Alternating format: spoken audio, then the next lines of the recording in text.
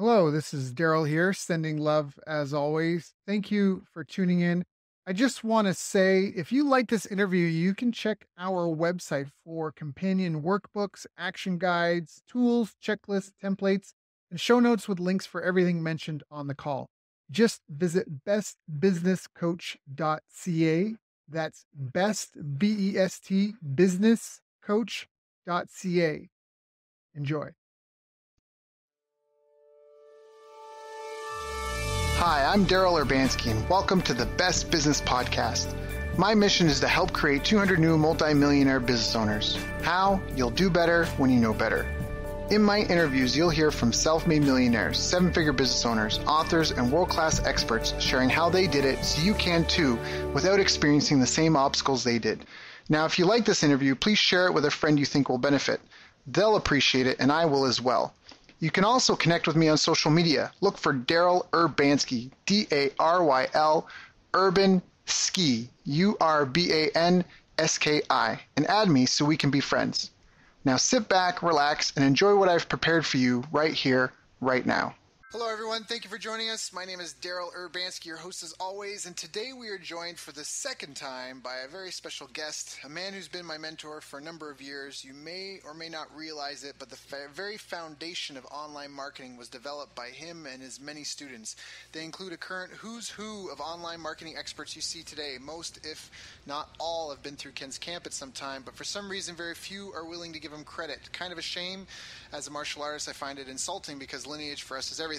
But as you know, all you that you know about digital marketing, and you may take granted for today, from the banner ad, which was created at one of Ken's events, to all the online strategies many of the gurus are teaching is brand new right now, have actually been known by a small and elite group of internet marketers for many, many, many, many years. I'm fortunate to count myself as one of them. The man we're speaking with today is none other than Ken McCarthy. It's an honor and a pleasure to have him here. Some of you may know him or have heard of him through the Systems Seminar, which was an annual seminar he hosted for close to 20 years. And the very first one had Mark Andreessen, the creator of Netscape Navigator, the world's very first internet browser, there as a speaker, to talk about how to use the internet as a marketing medium and its potential in the coming future.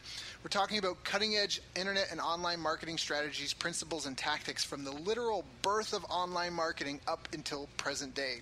If anyone is, Ken is the godfather of internet marketing, so please give him your full attention and get your pens and pencils ready.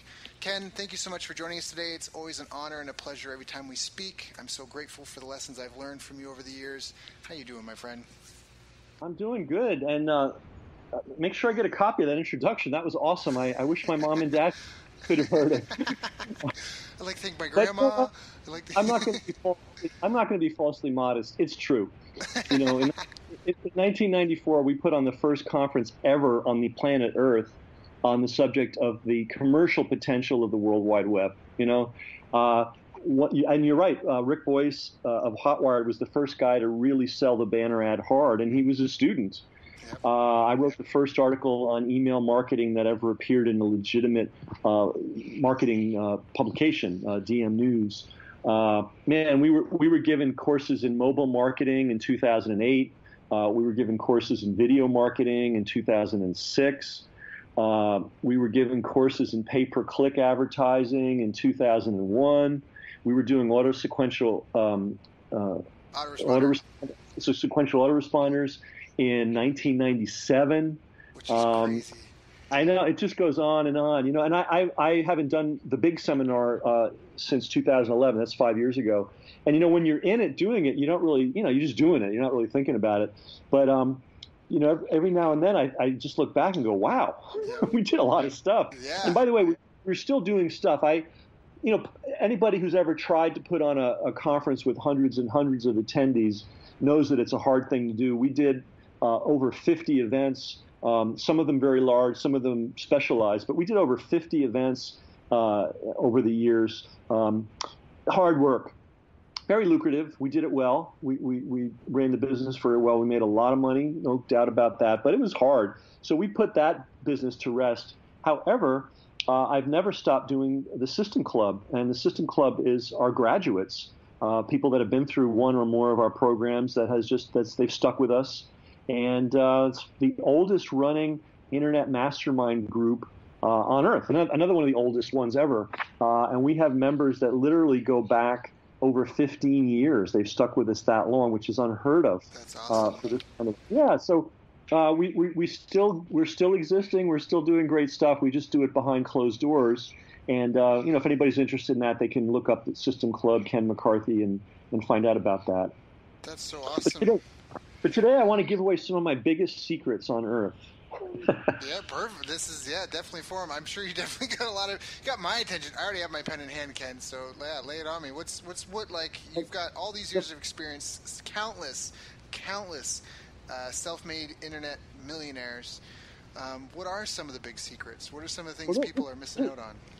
This one may seem really simple, and I have to confess that I first heard it from Gary Halbert, and I didn't fully, like so many brilliant things, I didn't fully grasp it the first time or the first 10 times I heard it, but it's turning out to be one of the most important things that you can have and understand.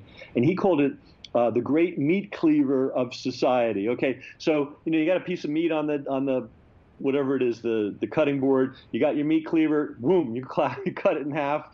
One half is on the left, the other half is on the right. Gary always looked at his initial product, his bright, shiny object, what Dan Kenny would call a marketing widget. In other words, your front-end product, the thing that brings people into your funnel. He always looked at that, and his front end was a book called Maximum Money in Minimum Time. Right. And great title, great book, amazing book. And his dream was to get that book into the hands of as many of his prospects as possible.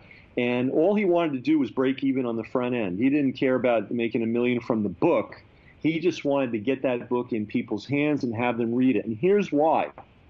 He said, some people are going to read this book and are going to fall in love with me. Other people are going to read it and they're going to hate my guts. He didn't care.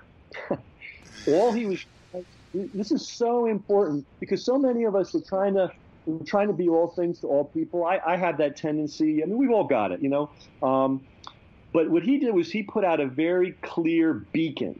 Here's who I am. Here's what I believe. Here's what I do. And he just let the chips fall where they may. And that is a very good approach to take towards marketing. Don't try to please everybody. Don't try to get everybody in the universe in your tent. And I'm not saying deliberately aggravate people or be a jerk. I'm not talking about that. Uh-huh. But figure out who you are. Figure out where your flag in the ground is, and be crystal clear on that. Because here's the thing that I've learned, in my soon to be 57 years of life. Some people are going to love you no matter what you do, no matter how you screw up. Yep. They're just going to love you. I don't know why. They're just going to love you, right? Other people, you could be Mother Teresa. You could be the greatest, kindest, most generous, giving person that ever lived, and they're going to hate your guts. And there's not a thing you can ever do about it, okay? Yep. Now, then there's the vast middle ground, and these people really don't care one way or another. However, if you build a critical mass of people who love you, those people will tend to say, well, let me look and see what Daryl's doing. Let me look and see what Ken's doing. And then you have an opportunity to persuade them. But I want to emphasize to people who are putting themselves out into the world as experts or as thought leaders or as advisors or even as a product. Maybe you're selling a particular product. Don't pussyfoot around. Don't try to be all things to all people. Don't be bland. And don't be bland. I mean, that's the corporate way of advertising. Be exactly who you are and let it rip. And by the way, it's very handy to be who you are because guess what? That's who you are. Yeah. Then there's no faking. There's no tiptoeing. You don't have to pretend things. I've fired clients. I love this tip, Ken. I've fired clients because they had racist tendencies, or I'd see them post stuff on Facebook. There was one gentleman in particular. I was like, well, I shouldn't say his name. I just don't think we should work because of that. And I think the only time I think hopefully there's a lot of people that are really cheering having heard that, because we just gave them permission to do probably what they've already been feeling in their heart. And I feel like the only time that people are afraid of doing that is if they're still kind of in that roof and ramen stage where they're just trying to get enough money in through the door. But I think as a long-term strategy, it's there's a lot of wisdom to that, because like you said, it's just you don't have to fake it, and you end up building a community of people that you like. Go figure, you like your customers, you like the people that are, you know what I mean, that are following you, that are your list. So and they like you, you know, and it's a great synergy. Yeah. Speaking of roof and ramen, Gary Halbert had an amazing ability to make money, and he also had an amazing ability to lose money. Yes. And he it's just a fact. It's a historical fact. It's not a put down of him. He was the great genius of marketing. Nobody can hold a candle to him, as far as I'm concerned. But not everybody's good at everything. So he had a tendency to just blow all his money very rapidly. So he had the roof and ramen situation throughout his entire life, and it never dissuaded him from being who he was. And being who he was never hurt him in making money. I have to tell you a funny story about him. He had a friend. He just received $500 for something, and so Gary gave his friend the money and said, "I want you to hold this money. Keep it away from me, okay?" And then they were getting to get on Gary's boat. So the guy thought it was safe. So right on the pier, just as they were getting on the pier to go to the boat, he gave Gary the money. Gary got on the boat, and somewhere between the pier and the boat, he literally physically lost the money. So it's a true story.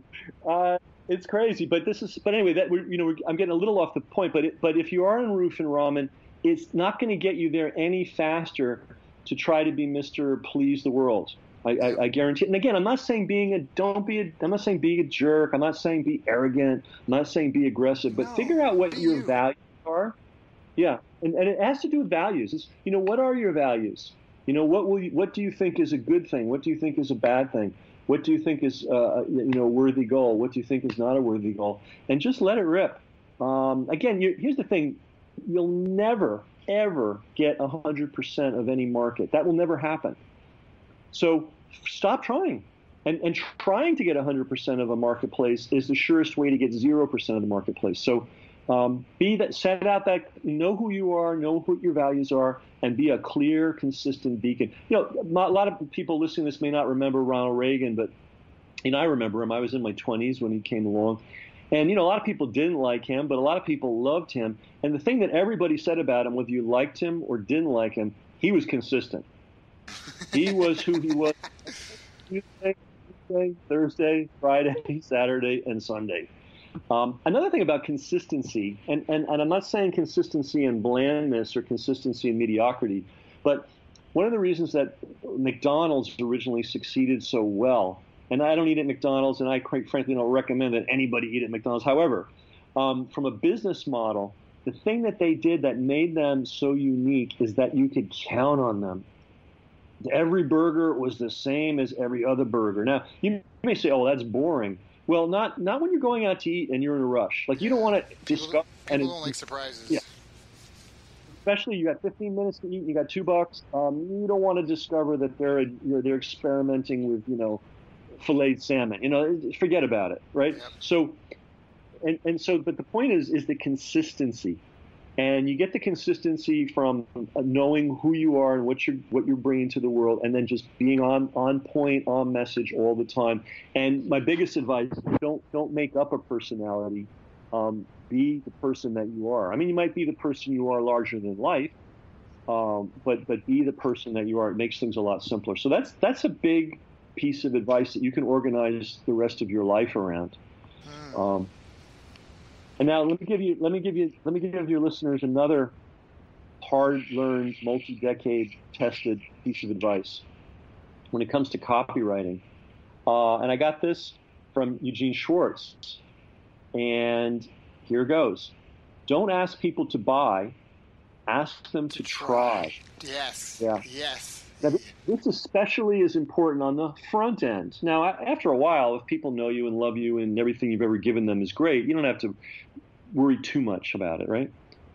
But on the front end, when you're trying to generate that all-important first sale, take the pressure off yourself and take the pressure off your prospect. In the course of your sale, usually at the end, let them know, hey, if this doesn't work out for you, all your money back instantly, cheerfully, no questions asked. And by the way, that instantly, cheerfully, no questions asked is very important. It's an important concept, it's an important philosophy, and it's important ad copy. Because a lot of people are afraid, I'm going to ask my money back, because they've been through the experience with other people. I'm going to ask for my money back. I'm going to get a runaround. I'm going to get an attempted upsell. I'm going to get a browbeating from the guy on the other end. No, you want to make sure that people know, hey, you're taking a risk on me, but I don't want you to take a risk on me. The risk, I'm going to take all the risk in this transaction. If I don't deliver everything I promised to you and more, just ask for your money back, and we part friends. This is I think Ted Nicholas used to use language like that, and it's very powerful language. But it's not just sales copy; it's philosophy. Because listen, why should a prospect take a chance on you? He doesn't owe you anything. You should be the guy in the position of having to prove yourself. That's the real position that you're in. So just admit it and act on it. And you'll generate more sales this way, because people will feel like, if they're on the fence, if they like your offer, if it resonates with them, but they're a little worried about the price, or they're really worried about, well, is this another internet baloney artist? If you take that risk from them and make it a try, not a buy. Now, you may say, well, who's this Eugene Schwartz guy? I never heard of him. Did he ever sell anything? Eugene Schwartz was the most successful seller of mail order books in the history of the world. This is pre-internet. This was not only pre-internet, this was pre-credit card. This is when people used to have to write a check, put a stamp on an envelope, go to the post office, and make their orders. And this guy used to sell books like a rock star. And he was, by the way, he was the foundation of Boardroom, which is one of the greatest direct marketing companies of all time. Yep. We had Brian on the show a couple times, so our listeners should know who Brian is. Yeah. Brian Kurtz and his boss Marty Edelston went to Gene and said, we've got this crazy idea. Or Gene, well, it was Marty really at that point. Marty went to Gene and said, I got this crazy idea. And Gene said, let me write the letter. And that is how that business got launched. And he wrote many letters for them. And he did a brilliant thing. He said, don't pay me. Just give me your customer lists from all the sales. Yeah. And then Gene had, and think of how genius this is. Then Gene had a proven list of mail order book buyers who he knew were responsive to his style of copy. Well, that's called shooting fish in a barrel. Yeah. And he got the names for free.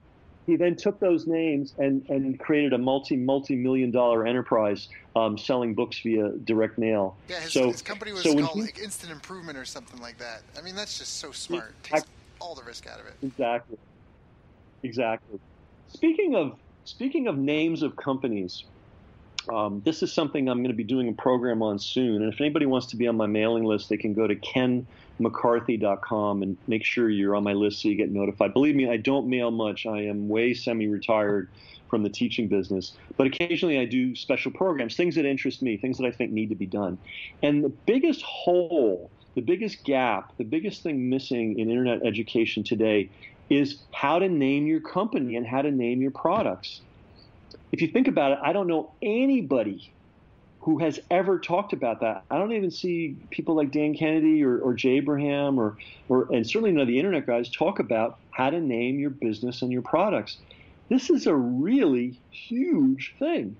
And in fact, the only person I've ever found who talked about it a little bit is David Ogilvy. And you know what he said in his book? It's really hard to do. That's basically what he said. And I'll just give you an example of how important this is. Let's say I said, hey, Daryl, it's going to be cold this winter. Why don't you and I go to Hog Island for a vacation? Now, you're going to be like, Ken, that's great. Yeah, that's great, Ken. I might be busy this winter. What if I told you that it's Paradise Island? The Paradise Island in the Bahamas was originally called Hog Island. Okay. What if I took you out to dinner, or if I said, hey, Daryl, I want to take you out to dinner. I found this place, and it makes fantastic Patagonian toothfish, the best I've ever had. You're going to be like, gee, Ken, I'm busy this week, but why don't you give me a call next year? But what if I said, hey, man, I found a place that's got the best Chilean sea bass you've ever had? You're like, good. hey, Ken, let's. Yeah, that sounds good. Now, if I said, hey, I want to go to this movie, it's about this cowboy and he's tough as nails, man. This guy's the epitome of tough. His name is Marion Morrison. Oh man, and he's tough. Well, you're like, really, Marion? Yeah. Well, that's why he changed his name to John Wayne. Right. Okay. Now here's the thing: we only see the success stories of correct naming. You know, Paradise Island, Chilean sea bass, John Wayne. We don't see the thousands, tens of thousands of companies and products that came up with that had a lame name and went down in flames because they didn't name their product right. It's there's many things that you have to do right in business. There's no silver bullet. But I always say there's no one silver bullet. You need a lot of lead bullets. One of the important lead bullets in going to business war and getting a successful outcome is the right name. So I've named my business, and I have personal experience with this. Back in the 80s, when I was a young guy, pre-internet, pre-credit, I couldn't take credit cards. Everything had to be a check. I had a business called Optimal Learning.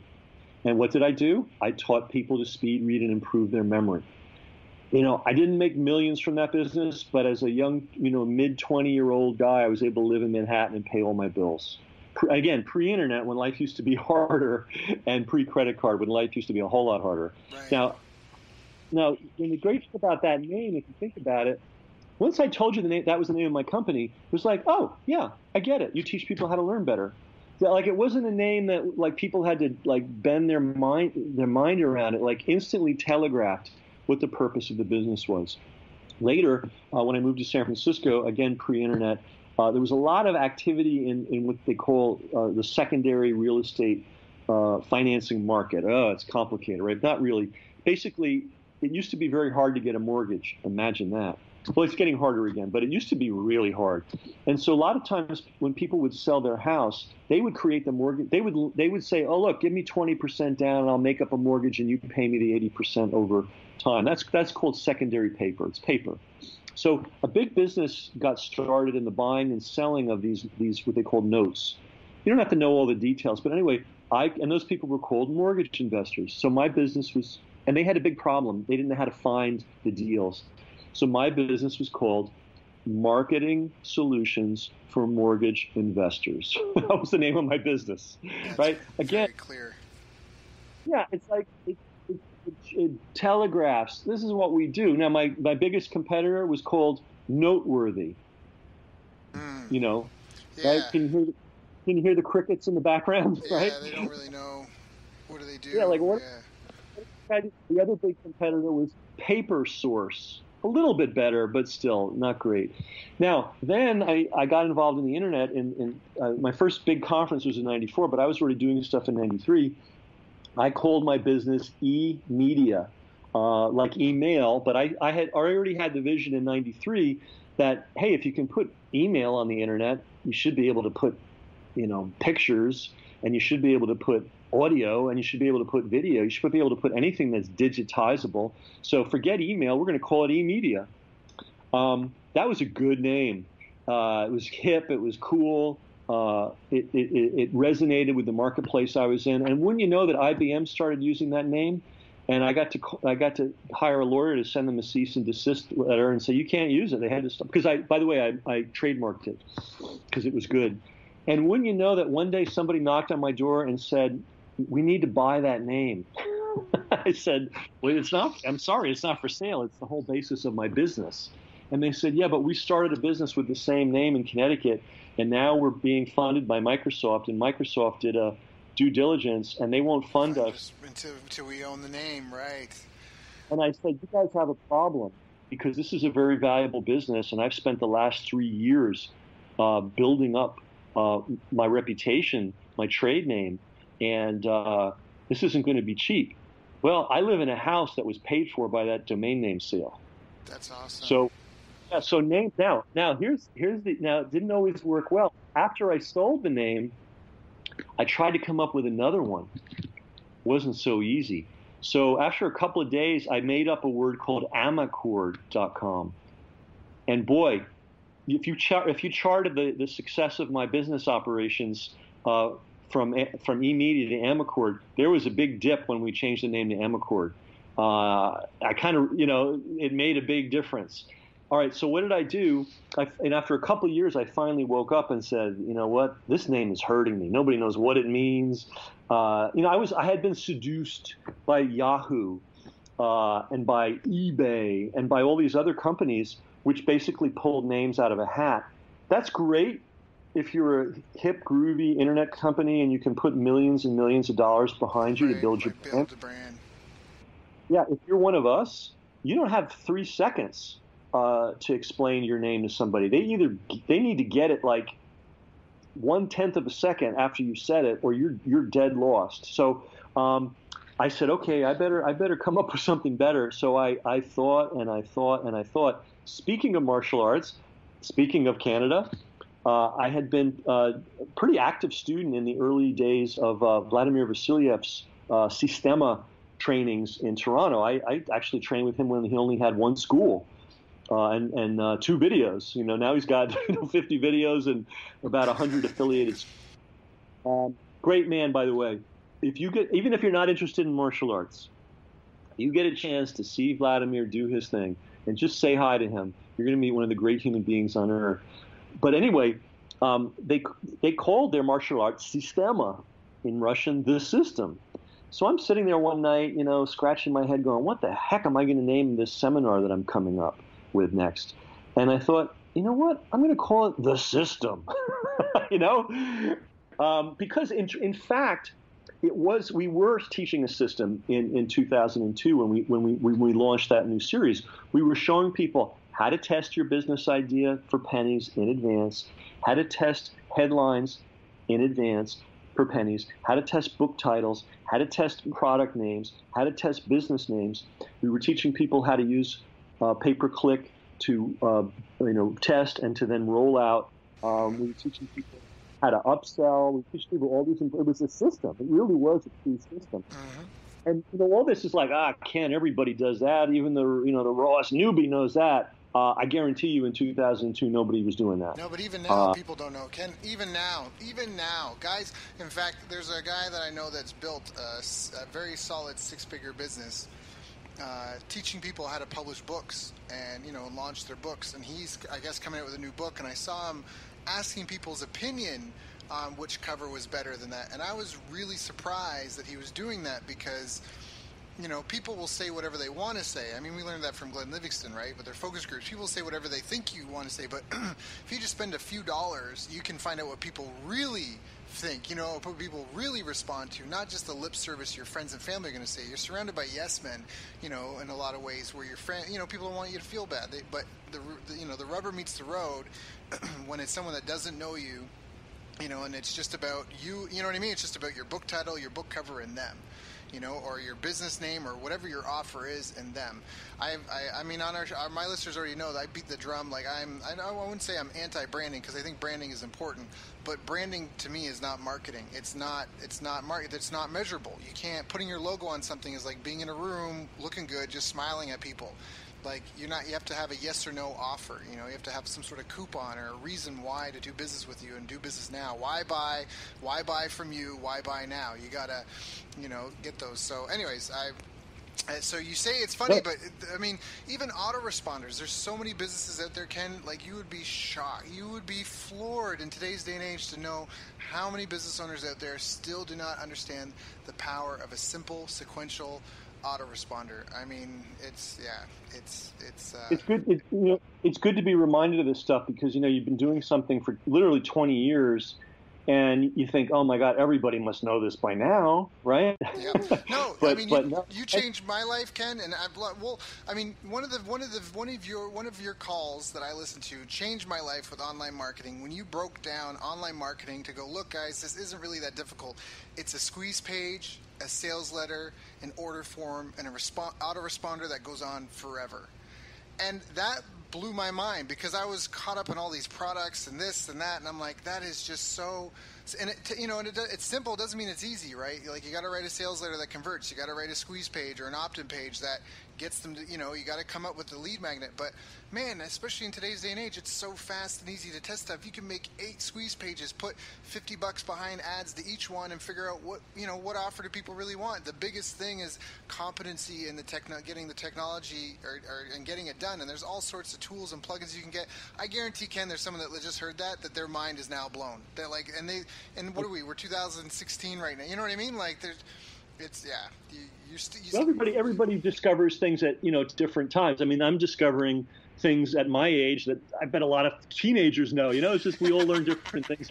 It's true. Yeah, we all learn different things at different rates. But going back to the martial arts analogy, in a real fight, there's only about 3 or 4 things that people can actually do. There may be 10,000 techniques, but you generally default to 3 or 4 very simple things. But as you pointed out, and this is a key concept, simple but not easy. In other words, to have that simple technique at your complete command so that you use it powerfully, quickly, accurately, it may be a simple technique, but to get it to the point of where it's diamond sharp, that's not easy. That takes practice. That takes discipline. That takes focus.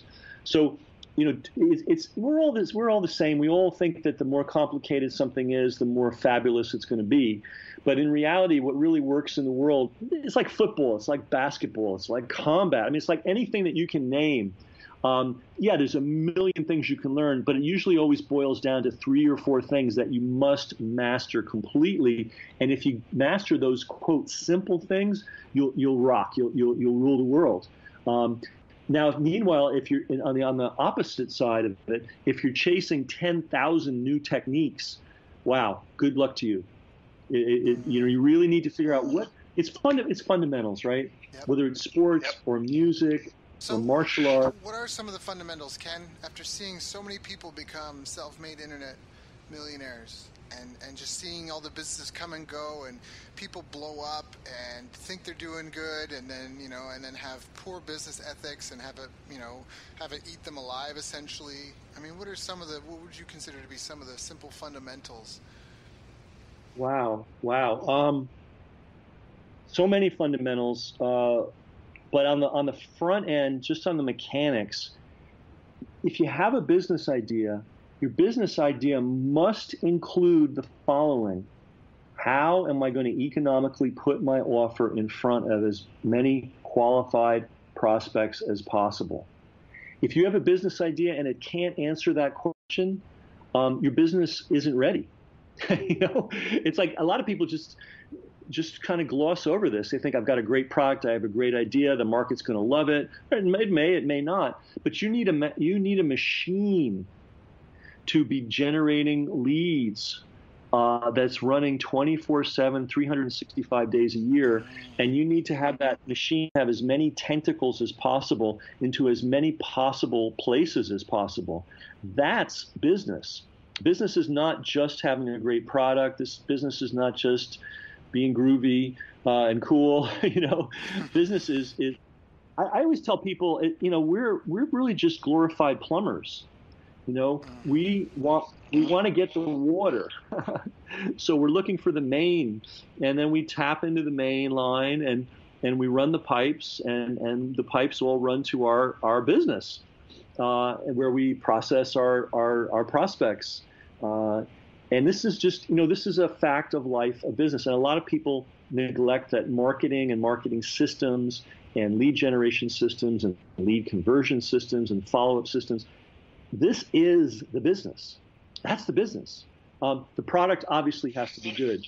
The integrity level obviously should be sky high. I mean, that I hope that goes without saying. But the thing that's going to make you money is the marketing system. And as for why people blow up, it's if you work at it long enough and you're diligent and disciplined enough, the money does start to flow, and people blow up for basically one reason: they get arrogant. And it's a real challenge, and it's a real danger. And I want to pre-warn everybody that's building a business. It's easier to blow the money. And I've seen so many people, either they develop bad personal habits, they develop all these vices, or they start mistreating their customers and employees because now they think somehow they're superior human beings, or they start buying a lot of ridiculous toys, and next thing you know, they're so overextended, they're broke. I always say there's no amount of money so large that it can't be blown. And to me, money is ammunition. I want to stack it up. I don't want to be firing it all over the place. I want to have a big. For me personally, the purpose of being a business is to stack it up. Now I want to. As you know, I live a nice life. I'm not suffering at all. I want to go somewhere, I go. I want to explore something, I explore it. But I don't need the Aston Martin to feel that I'm alive on this planet. Right. It's not what you make; it's what you keep. And I know people that have millions of dollars running through their business, and they're boring change for cabs. Yeah. And by the way, you need somebody. And I was and am blessed. I have the most persnickety bookkeeper who ever lived. If she sees something on the outgoing statement that she doesn't understand, she says, "What is this, Ken? And can we spend less on this?" And you know what? That's an important part of business. Really important. A lot of people say, "Oh no, that you're not prosperity minded. You're scarcity think." No, well, you know what? Business is paying attention to the money coming in and paying attention to the money going out. And if you're not equally, excited about both ends of that pipe, you're going to hit trouble somewhere. And by the way, you can't save and economize your way to success. You have to be an aggressive marketer, but don't make the aggressive marketing be a license for being an aggressive spender. If your first goal in life, if you have any debt, should be to get rid of that debt. Yes. You're right. I mean, my God, people are paying 20% interest on their credit cards. Holy moly, And meanwhile, if you go to the bank, you're half of 1%. So your first best investment that you can ever make in your life is pay off those credit cards. Just do it, right? The second goal is be a cash buyer. Don't, you have to kind of use cards, especially if you're traveling a lot, just for convenience, especially if you're now in the United States. Your government had to warn Canadians, don't go to the United States with a lot of cash, because if the police, pull you over and you have a lot of cash, they might just take it from you. By the way, just Google that if you think I'm kidding. So, you can't carry around a lot of cash these days, so you need a card. But pay that card off every month. Bottom line, if you can't afford to pay it with cash, you can't afford it. Yep. I'm going to say something radical. These days, right now, it pays to rent. It pays to rent. I know people. I've also been studying the financial markets for even way longer than I've been an internet marketer. And I study them every day for a couple of hours. Every day, it's a passion of mine. And I predicted a lot of things that are happening now years ago. And I'm going to predict that real estate prices are going to come way down. Way down. It's coming. It's definitely coming. Especially if you're in San Francisco or New York or Toronto or one of these places. So don't feel you have to buy something right away. Number one, if you have a good landlord, that's a great thing, because if the sink needs a new washer or the light bulb goes off on the porch, or it's his problem. And as a homeowner, as a property owner, I'm glad I own my house. I bought it really cheap, I have to say. We lucked out. But as a property owner, the expenses never end. New roof, new this, new that, new basement, and it just goes on and on. If you're a fledgling entrepreneur, or if you're somebody who wants to really stack up the cash, which I would totally recommend that you do, consider renting. Rent a nice place. Rent in a nice place. I'm not saying, rent in a hovel somewhere, but don't go out and burden yourself with real estate when you're an entrepreneur, because real estate's not real liquid, and it gets a lot less liquid as time goes on. That's my financial advice to people. And the toys, normal car. Sam Walton drove a pickup truck, and he didn't get a new one every year.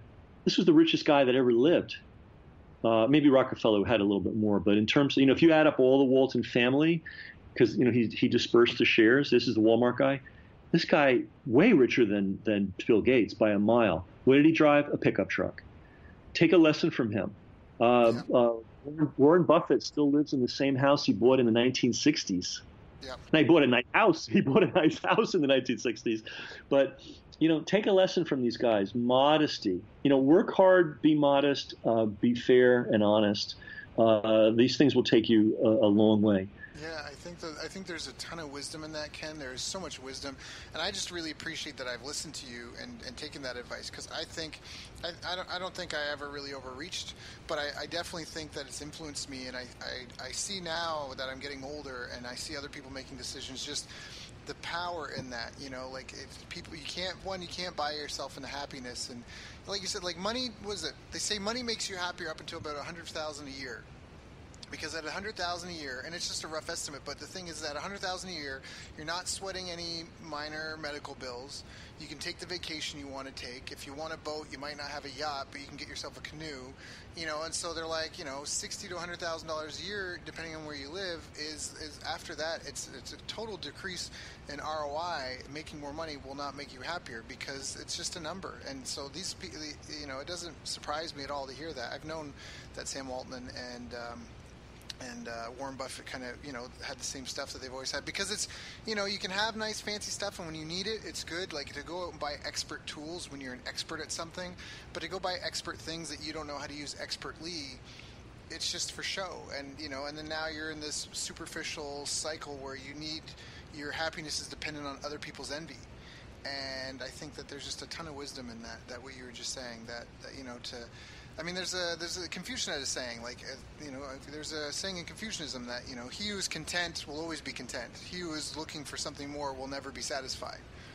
And it's kind of like, it's, I say that all the time. I feel like for myself, personal experiences myself, just having traveled the world, learned multiple languages, learning from great mentors like you, like just find a really good day-to-day routine in life that you could live for another 100 years, and just chase your passions. And I love what you said. You're like, if you work at it long enough and consistent enough, and you're diligent, and you're persistent, and you're intent on helping people and bringing value to the marketplace and the world, the money will flow eventually. Eventually it will click, and just keep on that. And I think there's just a lot of satisfaction and fulfillment in being able to just carve out your own lifestyle, making an income how you want, doing what you want to do, helping people how you want to help, being your authentic yourself, and letting the world adjust. And that way you attract clients and customers and people that you resonate with and that you want to be around. I just think there's a lot of wisdom here, and I hope the listeners haven't lost it. I hope they're taking down paper and pen. They may want to go back and listen to it again. But there's just a lot of profound wisdom in that. Especially right now about buying real estate, because there's definitely, with everything that's been going on in the world, things have to level out at some point, and can't go up forever. So the thing to remember about every market is that they all top out. You eventually, everybody's in, and once everybody's in, there's only one direction it can go. The way to think of it is as a boat. If everybody's on one side of a boat, that boat's going to tip over.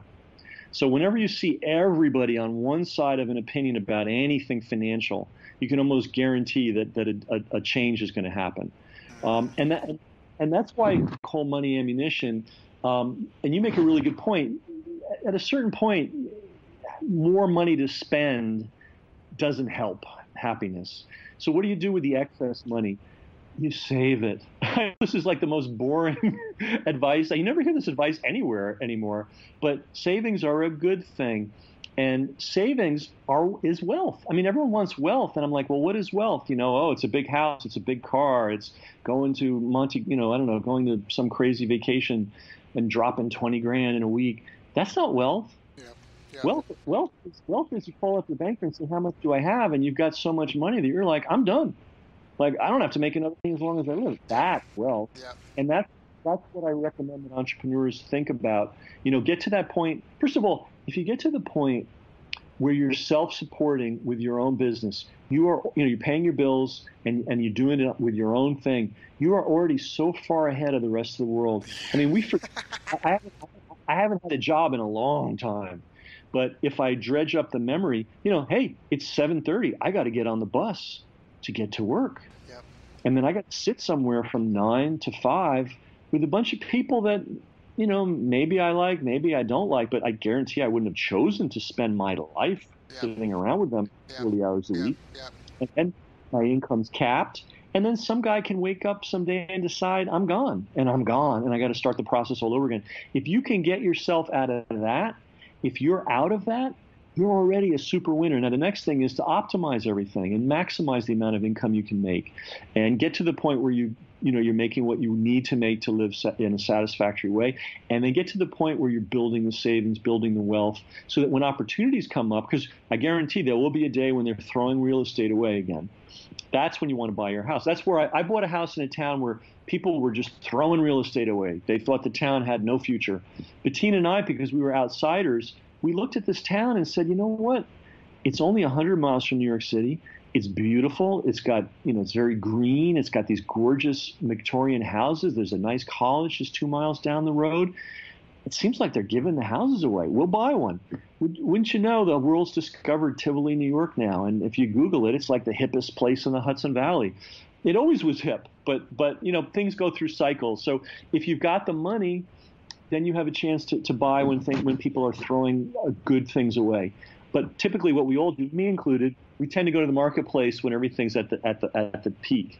But anyway, this is just some life advice. No, but I think there's it's so profound. It's so profound. I have a habit of collecting very fantastic mentors. I seek them out, and I want to know who's the best of the best. And I was actually looking to buy property before I'm in the Philippines now, before I came to the Philippines. And I talked to a couple of mentors, and it's funny we said that if be a cash buyer, if you can't afford to pay for it in cash, you can't afford it. And that's exactly what two of them told me. They're like, are you buying the house in cash? And I said, no. They go, then walk away. Just walk away from it, because all you're going to do is you're going to walk into stress and like a commitment, and you're in some respects you're signing your life away, because like you said, it's a never-ending payment after payment after payment. And they both, two different people, never known, that don't know each other, both cited friends that they knew that lived in their neighborhood that were real estate multimillionaires that built their portfolios buying real estate in full, in cash, one property at a time, and saving up and saving up and saving up, maybe getting a partner, but buying it in cash every single time. And I love that. And actually, a lesson that I learned, Ken, early when I was in the seminars, I don't like leaving money in bank accounts. I do not like leaving money anywhere. I don't even know if I should say that out loud, but I do not like leaving money on the grid. I learned very early on that your bank account it's not safe. You think it's safe, you have the illusion of safety, but anyone that has a very persuasive lawyer can go ahead and get into your bank account and take out as much money as they want, the government or any sort of company or an old employer or who knows what, and then you have to go through the rigmarole to try and fight and get it back. I think there's so much value in the lessons that you share. I mean, some of the stuff, it's not complicated. It's not, it's simple. It might not be easy, but it's very simple. And I think there's a lot of buildup around stuff. There's a lot of people that want, I don't know, they're just visions of of more, but sometimes it's just the simplicity of it is so freeing in and of itself. Like, even when you're talking about the flashy house, the flashy cars, that's not freedom. That's not wealth. I mean, wealth is being able to do what you want, when you want, where you want, with who you want, at the price and terms you want, or not having to do it at all. that is real wealth and freedom. And a lot of people don't have that. They buy these fancy houses and fancy cars, and then they date people that either, if you're a woman, the men are intimidated because they think that you think you're better than them because you make more money, or the men don't know if the women actually like them or just like their their fancy things. And and it's this, and even like your friends, it's just this, are you the kid on the block with the swimming pool? Like, it's just, in some ways, a lot of the things that the music videos and the newspapers and magazines and blogs and whoever your superstars are trying to get you to think you want, you don't necessarily want. And it's funny because when you start looking closely at these people's lives, they've got these complaints that are, it's very Shakespearean. All of Shakespeare's characters fell victim to their own flaws, and it's kind of like, excess of anything creates a vacuum on the opposite spectrum. And it's to be super rich compared to all your friends creates a vacuum where now you are not on the same level as all your friends. So to try to have the big house and all that, and it's just really good lessons in this, I think. I think people just follow this advice. They pick a market, they find something, they be themselves, their authentic selves, they work hard at it. They find some sort of free squeeze page front-end offer just to get into people's hands so they can get to know, like, and trust them. And they have some sort of sales letter with an offer and an order form, a way to collect money where it's, like you said, the risk reversal's on them, or the risk is all on their shoulders, where they're like, try it, let me prove to you, and then earn that customer's business. And build a relationship over time that never ends, that lasts forever, and just stick to it and be consistent and persistent and let money flow and just focus on filling a need and doing the research. And with the tools today, it's so easy. I mean, just yesterday I was sitting down with a friend and we were using Google Trends to look up her. So we're in the Philippines. Her family makes leather laptop cases. And the problem is her family's really poor, and they make a ton of these leather cases, but the middleman takes all the money, she says. And the middleman's got connections with Walmart and whoever, right, the distributors. So in 5-10 minutes, we did some basic online research. We put leather laptop case into Google Trends, and guess the number one market is in the UK. And we hey, why don't you put it on the UK Amazon store and all this stuff? And suddenly now, literally, she sold 100 leather cases, in just a month or two, changing her family's life. It's the internet's so transparent. It's so easy. You can throw up a website and just throw some traffic at it and test it.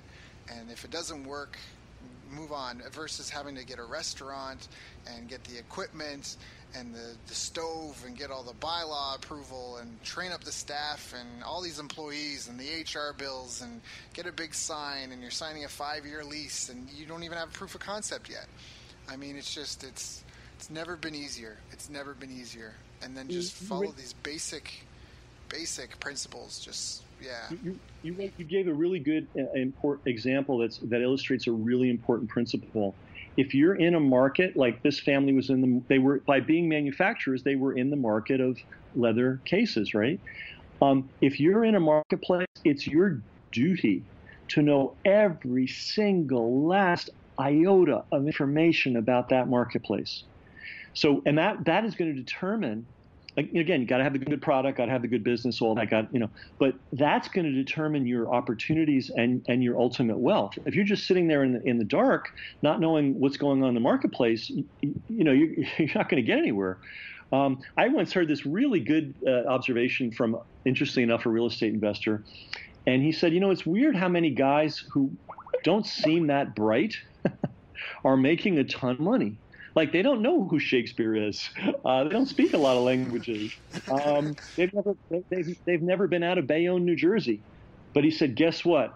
They know the details of the industry they are in, like Einstein knew physics. Do you know what I'm saying? He was in this case, he was talking about a guy that was in the trucking business. And this guy, didn't graduate high school, Dems and Ds and Does, and he didn't really speak good English, and he, zero sophistication, what we would consider sophistication, but boy, he knew how trucking worked.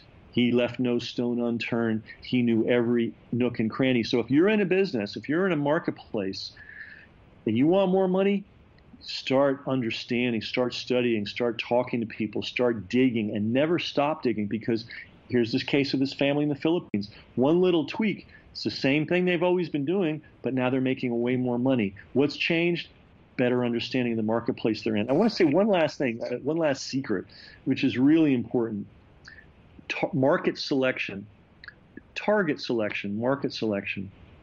I'm going to use a war analogy. If there's I don't know, an outhouse, right, in the woods, that's not a great target.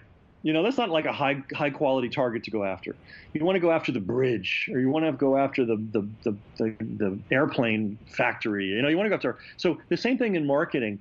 Like, look at the marketplace that you're in or you're considering going in. Make sure that it's a rich market, right? Don't sell tchotchkes to people that have no money. You know what I'm saying? You have to think about. And you can, and it's transparent, it's obvious, it's not like you have to be a rocket scientist. For instance, in the world of advice giving, the two biggest fields are health and money.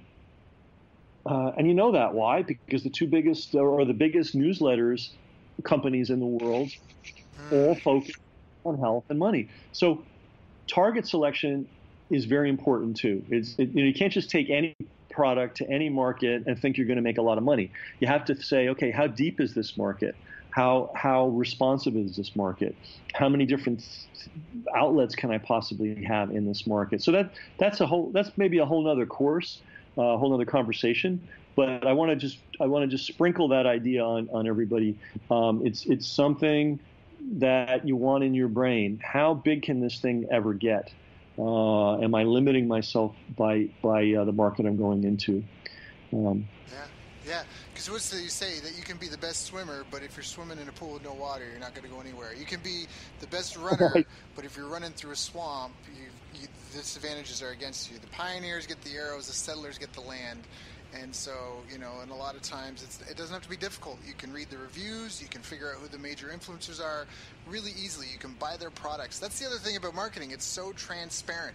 There's no secrets. Like, you just go to your competitors as a customer and they'll show you everything they're doing. They'll show you their customer onboarding process, and they'll show you, I test people for different things. I ask for refunds. I don't pay my bill.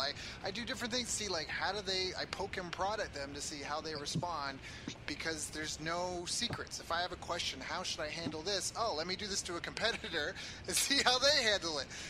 So, just Ken, every time it's just so insightful, and that's just it's no wonder so many people look up to you, because it's fundamentals are fundamental for a reason, and it's definitely a system that you've been putting people through, and those that pay attention and listen and look at the little details come out more prosperous on the other end. So it's definitely been an honor and a pleasure. Is there anything I should have asked you that I didn't ask you? I think we covered some really good stuff, and I just say if people want to follow up, KenMcCarthy.com, great place you can opt in. Yep. You'll get a mail once in a blue moon, but it will usually have a lot of meat to it. Yep. The system seminar is over. Sadly, we don't do that anymore. Almost every week, somebody asks me, "Are you going to do another one?" The answer is, "I don't think so." I never say no, because who knows?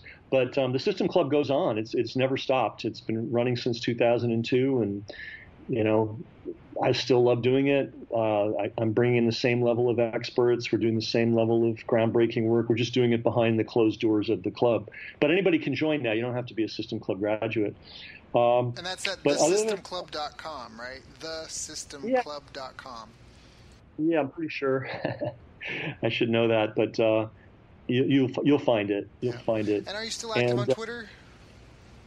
On Twitter, I'm getting into all this political stuff. I'm a U.S. citizen, and so I'm just appalled. I know I'm going to make some enemies right now, but I'm just appalled at the poor quality of choices we have. I think both candidates are horrible.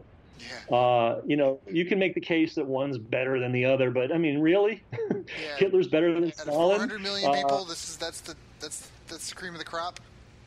This is the best. And people say, "Oh, we need a woman as president." Well, I could go with that. There are some amazing women that would be amazing presidents. The one that they're running is not an example of one of them. So I probably lost half the audience right there. But you know what? That's how I feel.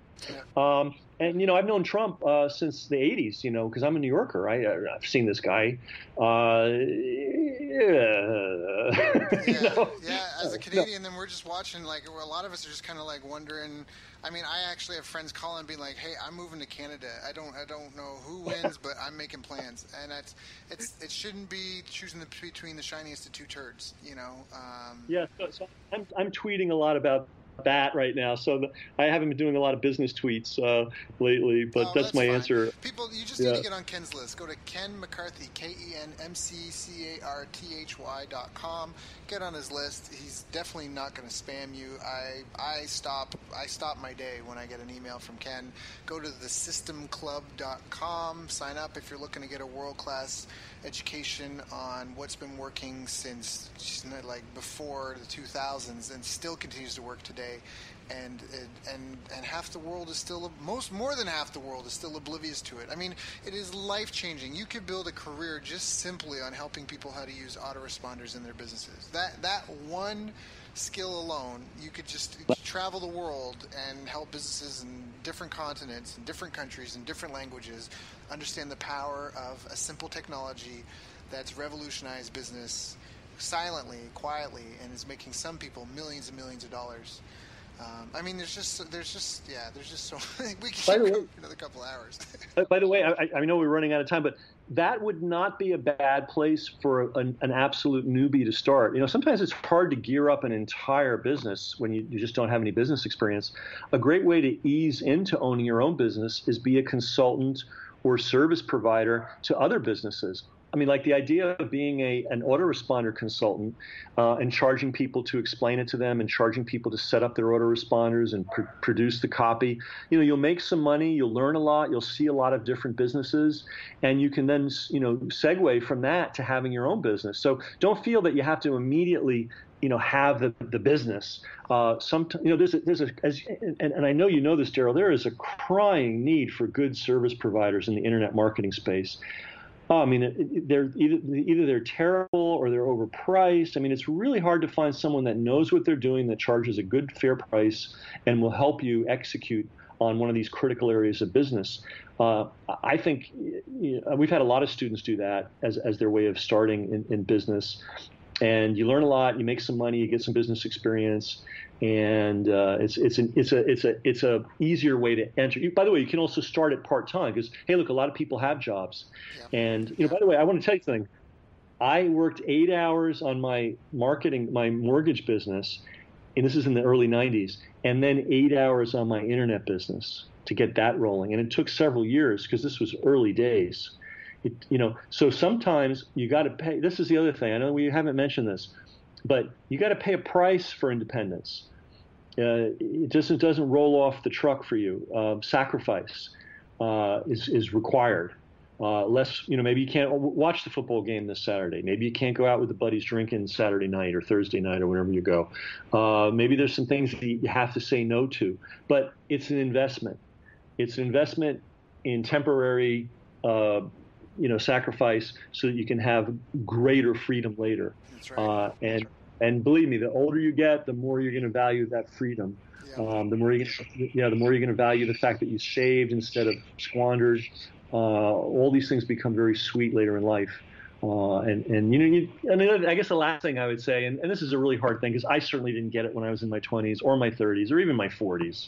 And I'm only just getting it now. Life's long. If you're lucky, life's long. So have a long time plan, But anyway, we could go on that. Yeah.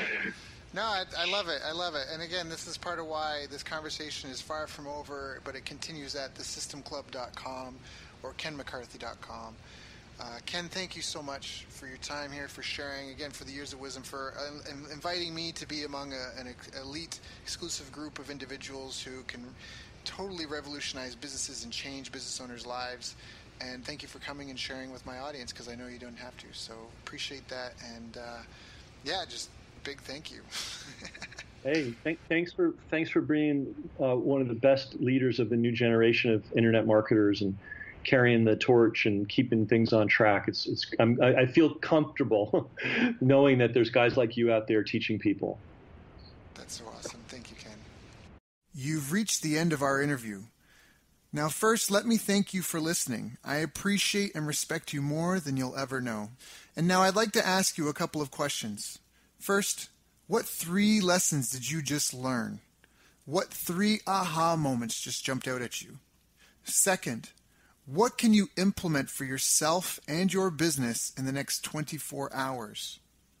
Third, what can you give to someone else to help you with, or give them to just do it for you? Whatever it is, remember, taking action is the secret sauce to results.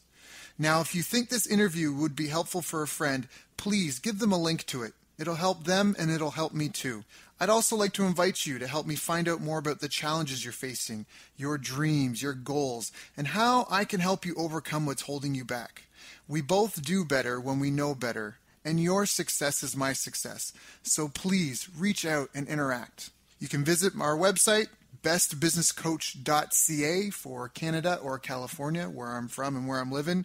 You're welcome to also try out one of our paid programs. You can find us on YouTube, Facebook, and pretty much every other social media channel you can think of.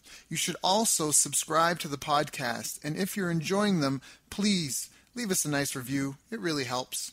That's all for now. Once again, thank you. Take care of yourself, and remember, the world needs the best business you can build. And I believe in you.